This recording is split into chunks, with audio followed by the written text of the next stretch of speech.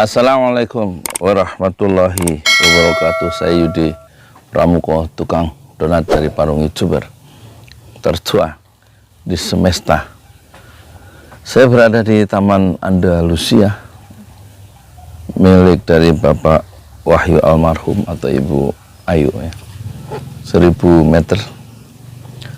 Dan saya ingin bicara tentang sisa hidup saya yang penuh dengan kegaduhan. Usia saya sudah 61.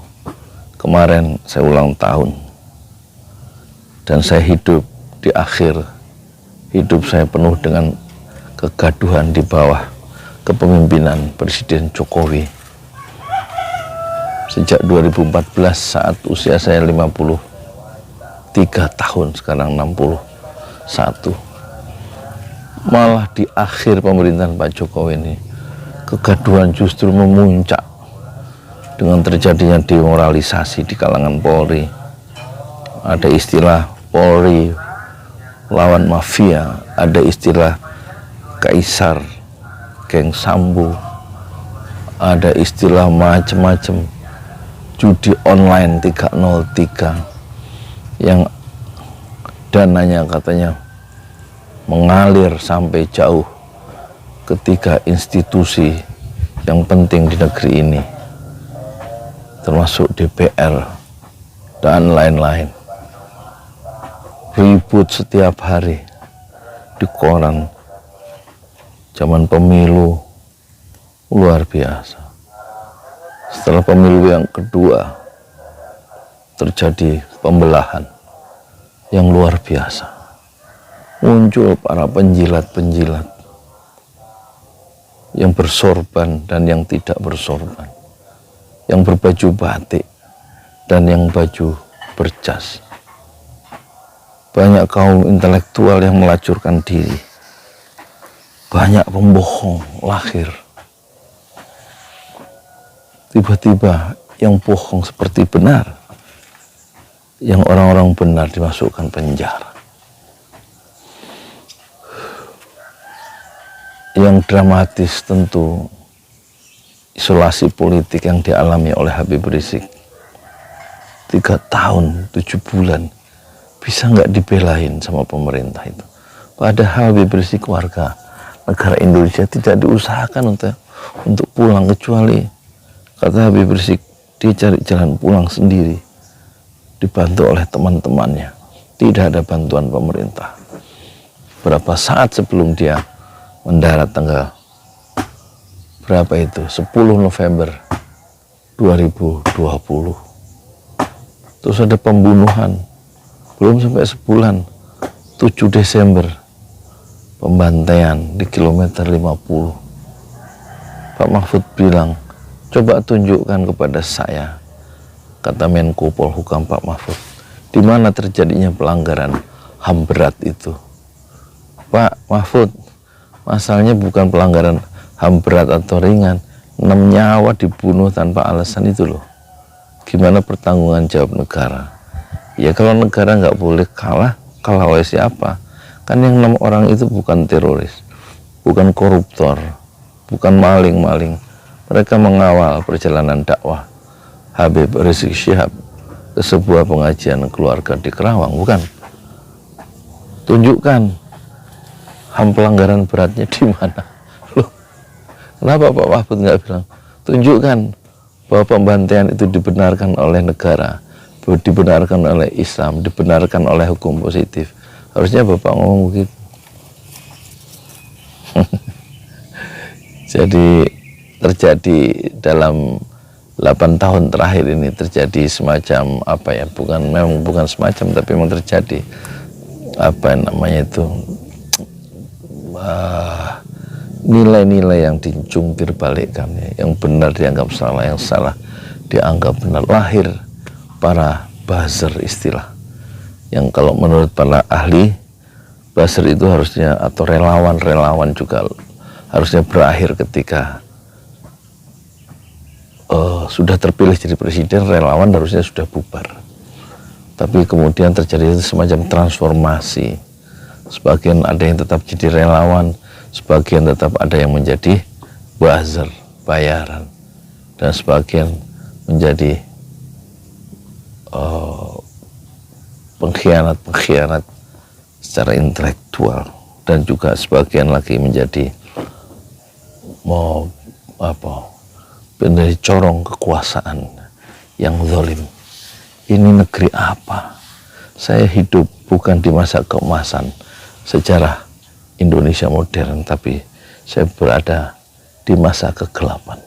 Selama 8 tahun terakhir tidak ada values yang muncul dalam negara ini, tapi kegaduhan, undang-undang, pelemahan KPK gaduh, kemudian muncul undang-undang cipta kerja, demonstrasi besar di mana-mana, menimbulkan korban di penjara, dan tetap disahkan.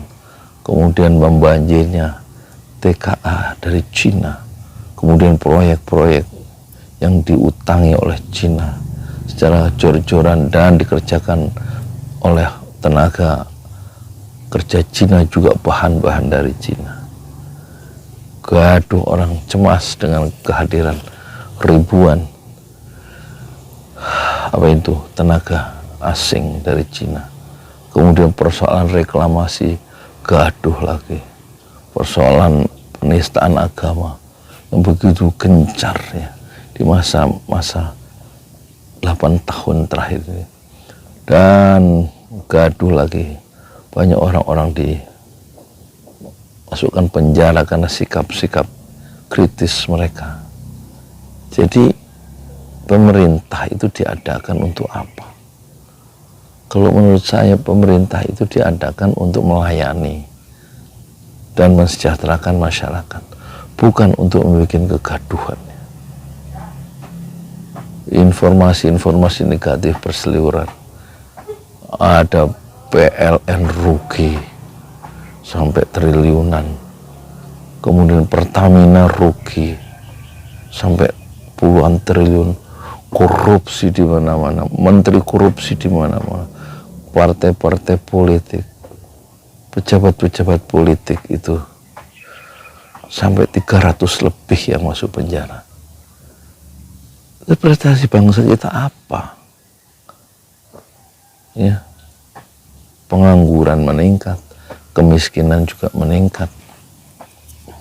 Misalnya di zaman Pak Ginanjar jadi gubernur di Jawa Tengah, itu justru kemiskinan meningkat katanya.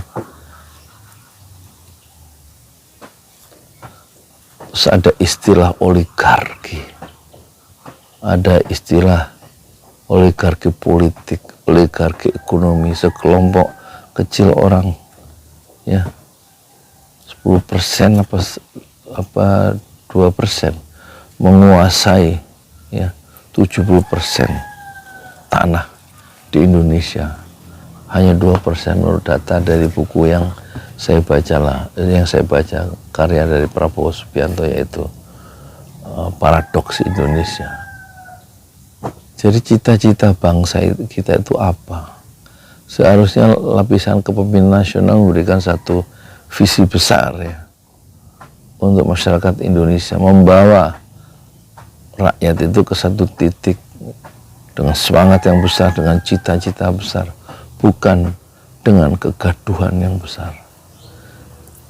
Tunjukkan kepada saya siapa pemimpin yang tidak bohong di negeri ini, dari atas sampai bawah.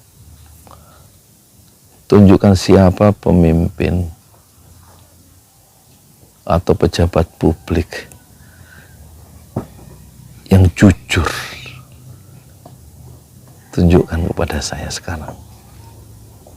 Beri komentar di bawah. Jangan saya ditanya dan membuat pertanyaan, siapa pemimpin yang jujur? Alangkah sedikitnya pemimpin banyak yang bohong, kecuali yang sedikit. Tunjukkanlah siapa. Ada 10 orang, 5 orang pejabat publik yang ucapannya bisa dipercaya oleh rakyat. Silakan. Dan apakah kepemimpinan sekarang berhasil. Dilihat dari segi nilai-nilai, apakah kita menjadi bangsa mandiri atau bangsa yang segala macam diimpor? Apakah Anda bangga sebagai orang Indonesia dalam 8 tahun terakhir ini?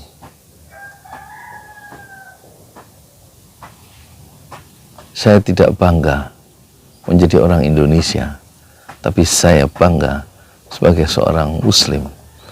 Saya Yudi Pramuko, tukang donat dari Parung, YouTuber tertua di semesta. Fasbir sabran jamila, bersabarlah dengan kesabaran yang indah. Assalamualaikum warahmatullahi wabarakatuh.